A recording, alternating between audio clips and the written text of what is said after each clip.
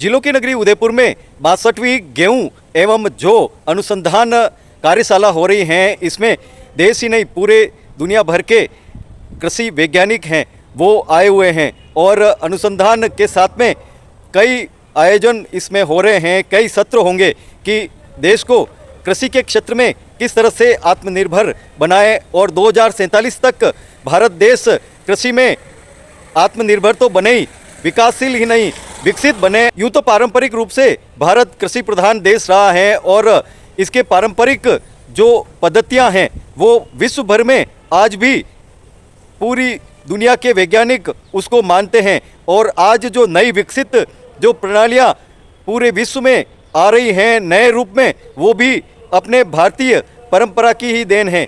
बस उसमें नए नवीनतम कुछ अध्याय जुड़े हैं तो वो टेक्नोलॉजी के जुड़े हैं। हमें भी टेक्नोलॉजी का साथ देना है और आगे बढ़ना है। विश्व के कृषि वैज्ञानिक मानते भी हैं कि भारत जो काम करता है, भारत जो दमखम दिखाता है, वो किसी चंद्रयान से कम नहीं होता है। चंद्रयान ने जिस तरह से सफलता प्राप्त की है, भारत भी 2047 में अपनी कामयाबी के झंडे कृषि के क्षेत्र में लहराएगा और कृषि के क्षेत्र में विशेष उपलब्धियां भारत को मिलेगी। हम नंबर 1 किस प्रकार से बने, कृषि वैज्ञानिक पूरे तरह से मुस्तैद हैं। भारतीय जनों के आशाओं और विश्वास पर खरे उतरते हैं। किस तरह के अनुसंधान हो रहे हैं, किस तरह की कार्यशाला हो रही हैं और क्या कह रहे हैं कृषि वैज्ञानिक, क्या कह रहे हैं ICAR DG पाठक जी और क्या कह रहे हैं महाराणा प्रताप कृषि एवं प्रौद्योगिक विश्वविद्यालय के कुलपति और जो कार्यशाला में आए हैं देश विदेश के अतिथि और कार्यकर्ता। देखिए हमारे साथ ये खास खबर। मुगलों और अंग्रेज़ों के गुलामी के पूर्व भारत का अभूतपूर्व योगदान विश्व के लिए था, चाहे वह शिक्षा के क्षेत्र में हो, वाणिज्य के क्षेत्र में हो, उद्योग के क्षेत्र में हो, शास्त्र के क्षेत्र में हो, शस्त्र के क्षेत्र में हो और ज्ञान के क्षेत्र में हो, धर्म के क्षेत्र में हो। अभूतपूर्व योगदान भारत का रहा और पूरे विश्व में भारत विश्व गुरु माना जाता था। लेकिन मुगलों के आक्रमण के बाद और अंग्रेज़ों के शासन के बाद भारत कमज़ोर होता गया और आज़ादी के बाद फिर से अपने पैरों पर उठ खड़ा हुआ। लेकिन कई समय बीत गए, लेकिन जो आत्मनिर्भरता कृषि वैज्ञानिकों ने अपने बलबूते पर पूरी तरह से भारत को उठ खड़ा होने के में बल दिया है और बहुत एक मिसाल और मिशन के तौर पर जो कार्य किए हैं, सैनिकों ने कार्य किए हैं या IAS IPS और राजनेता जननेता आम जन ने भारत के लिए जो योगदान दिया है वो तारीफ़े काबिल रहा है और आज उसी योगदान के चलते भारत देश पुनः विकासशील नहीं विकसित हो रहा है। कई तरह के योजनाएं बन रही हैं, कई तरह के कार्यशालाएं हो रही हैं और भारत को पूरे विश्व में नंबर 1 बनाने की कवायद हो रही हैं। जिलों की नगरी उदयपुर में गेहूं एवं जौ अनुसंधान पर त्रिदिवसीय अखिल भारतीय ही नहीं अखिल विश्व स्तरीय कार्यशाला हो रही हैं और मंथन हो रहा है कि 2047 तक भारत को विकसित भूमिका कैसे मिले। क्या कहना है यहाँ आए कार्यशाला में वैज्ञानिकों का और अतिथियों का, देखिए हमारे साथ ये खास खबर। भारत देश को सोने की चिड़िया कहा जाता था।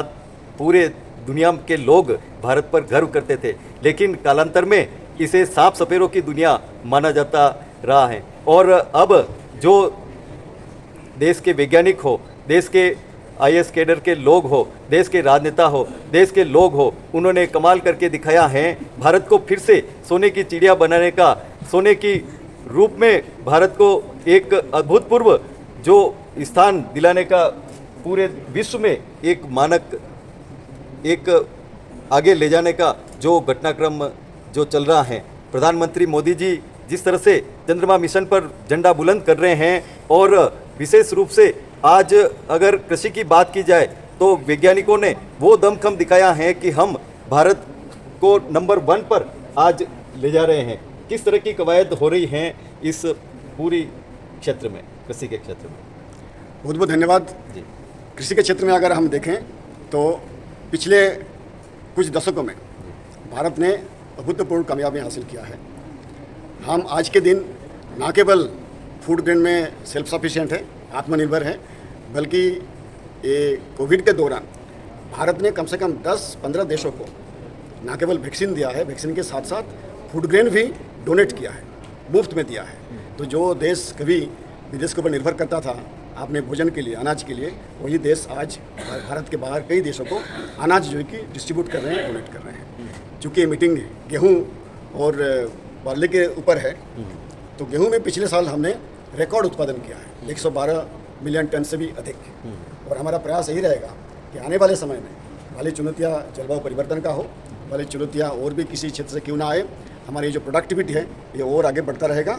और भारत ना केवल अपना ही ज़रूरत गेहूं और बार्ली के क्षेत्र में पूरा करेगा, बल्कि विदेशों का जो भी जहाँ भी ज़रूरत पड़ेगा उसको भी एक्सपोर्ट करते हुए जो वर्ल्ड का ग्लोबल फूड सिक्योरिटी कहा जाता है जिसको, उसके बारे में भी एक महत्वपूर्ण भूमिका जो है कि भारतवर्ष अभी अदा करेगा। यही हमारा उद्देश्य है। ये 3 दिन का मीटिंग में हम यही विस्तार से चर्चा करेंगे कि पिछले साल तक हमने क्या क्या किया, अब हमें क्या करने की ज़रूरत है, और इसको करने के लिए किस तरह का विज्ञान, किस तरह का टेक्नोलॉजी, किस तरह का टूल्स और टेक्निक्स हमें चाहिए। जिस तरीके से हम अलग अलग वैरायटी, नए नए टेक्नोलॉजी उसको हम विकसित करेंगे और उसको किसानों तक कैसे पहुँचाएंगे।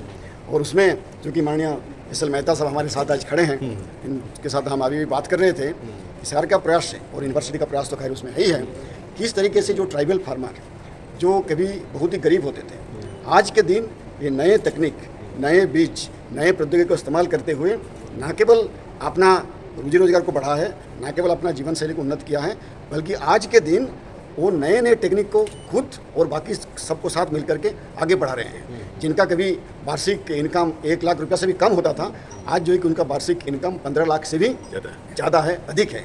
और ये संख्या कोई 1 या 2 फार्मर का नहीं है, ये कई हज़ार फार्मर, कई हज़ार किसान जो है कि आज इस राजस्थान में ही है।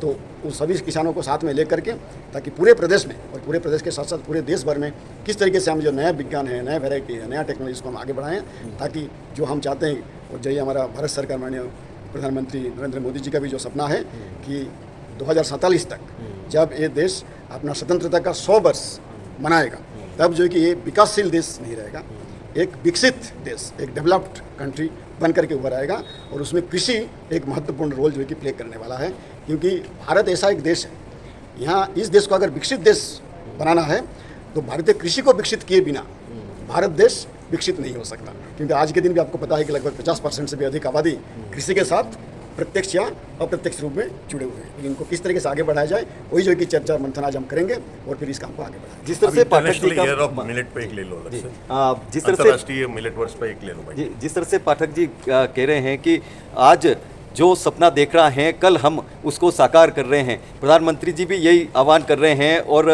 पाठक जी भी यही आह्वान कर रहे हैं कि कृषि वैज्ञानिक जो सपने देखते हैं उनको साकार करने का काम ICAR का है। और वो ICAR जो कर रहा है वो एक अभूतपूर्व है। पूरी दुनिया की आंखें अब भारत की ओर हैं, सपने सब देख रहे हैं और उनको साकार आप कर रहे हैं। लेकिन सबसे बड़ी बात है कि पारंपरिक जो खेती थी अपनी, आज पूरी दुनिया उसके पीछे आ गई है। कोरोना के बाद में सब केमिकल लेस होते जा रहे हैं और अपनी पारंपरिक खेती को आगे बढ़ा रहे हैं। आप किस तरह से प्रधानमंत्री जी को और क्या आप सुझाव देना चाहेंगे कि किस तरह से एक नई टेक्नोलॉजी के साथ इसको आगे बढ़ाया जाए? आज के दिन जो ज़रूरत है जी, वो नए विज्ञान, नई टेक्नोलॉजी को तो अपनाना है ही है। बिना विज्ञान और बिना टेक्नोलॉजी से जो है कि कृषि आगे नहीं बढ़ सकता।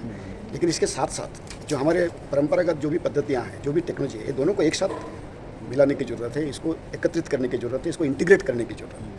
और यही हम बोल दे रहे हैं, हमारे रिसर्च में भी हम यही बोल दे रहे हैं कि किस तरीके से हम हमारी जो ट्रेडिशनल नॉलेज है उसको भी अपनाएंगे और जो मॉडर्न साइंस है उसको भी अपनाते हुए किस तरीके से हम टेक्नोलॉजी का विकास करेंगे जो ना केवल प्रोडक्टिविटी को बढ़ाएगा, ना केवल इनकम को भी बढ़ाएगा, बल्कि वो जलवायु से भी वो बिल्कुल समर्थ रहेगा। और साथ साथ जिसको हम सस्टेनेबल कहते हैं कि आने वाले समय में ये उतना ही प्रोडक्टिव और उतना ही फायदेमंद रहेगा। यही हमारा उद्देश्य है। अंतर्राष्ट्रीय मिलेट वर्ष मनाया जा रहा है और कई आयोजन भी हो रहे हैं, कई इस पे कवायद भी हो रही हैं, क्या कहना चाहेंगे इसका? एक बहुत ही महत्वपूर्ण प्रोग्राम पूरे विश्व ने भारत के सुझाव पर अपनाया है। आप जानते होंगे कि 2018 में भारत में हमने नेशनल मिलेट ईयर मनाया था, नेशनल ईयर ऑफ मिलेट। वो तभी से आईसीआर और बाकी जितने भी विश्वविद्यालय हैं साथ में, जिसका पूरा नार्स कहते हैं, national agriculture research education system, ये सब मिल करके नए नए वेराइटीज़, अलग अलग मिलेट्स के नए नए प्रोडक्शन टेक्नोलॉजीज़ को हमने विकास किया है। और आज के दिन पूरे विश्व भर में मिलेट को किस तरीके से अपनाया जाए, मिलेट की खेती को किस तरीके से बढ़ाया जाए, न केवल हमारे देश में बल्कि विदेश में भी इसके बारे में काफ़ी जोरों शोरों से चर्चा हो रहे हैं। कई हमारे इस समय जो G20 का मीटिंग चल रहा है, तो G20 का मीटिंग में लगभग हर एक मीटिंग में ये मिलेट को किस तरीके से आगे बढ़ाया जाए वो एक महत्वपूर्ण मुद्दा होता है। आयशा ने भी एक बहुत बड़ा मीटिंग किया था G20 में, जिसका मैक्स कहते हैं, meeting of agricultural chief scientist. उसमें एक प्रस्ताव हमने लेकर के आए थे जिसका नाम है महर्षि प्रोग्राम। महर्षि मतलब किस तरीके से मिलेट के साथ बाकी जो एंशिएंट ग्रेन्स है इसको भी हम आगे बढ़ाएंगे। और उस मीटिंग में 20 तो हमारे जो सदस्य देश हैं और उसके साथ साथ 9 जिसको हम इन्वाइटेड कंट्री कहते हैं, उनको निमंत्रण देते हैं, और भारत के निमंत्रण में वो लोग भी भाग लिए थे। तो 29-30 कंट्री एक साथ उस हमारा जो प्रस्ताव था, भारत का जो प्रस्ताव था, उस प्रस्ताव का समर्थन किया है।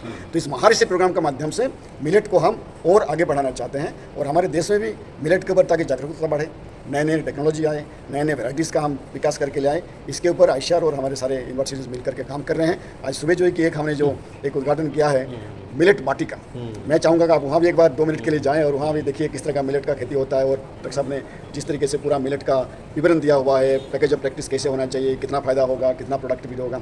और इस तरह का प्रयास न केवल इस विश्वविद्यालय में, हर एक यूनिवर्सिटी में, हर एक आईसीआर इंस्टीट्यूट, भले वो मिलेट के ऊपर काम करता भी ना हो, लेकिन हम ये कोशिश कर रहे हैं कि सभी आईसीआर के जितने भी संस्थान हैं जो विश्वविद्यालय, उनके माध्यम से मिलेट को हम और प्रोत्साहित करें, किसानों तक पहुँचाएँ।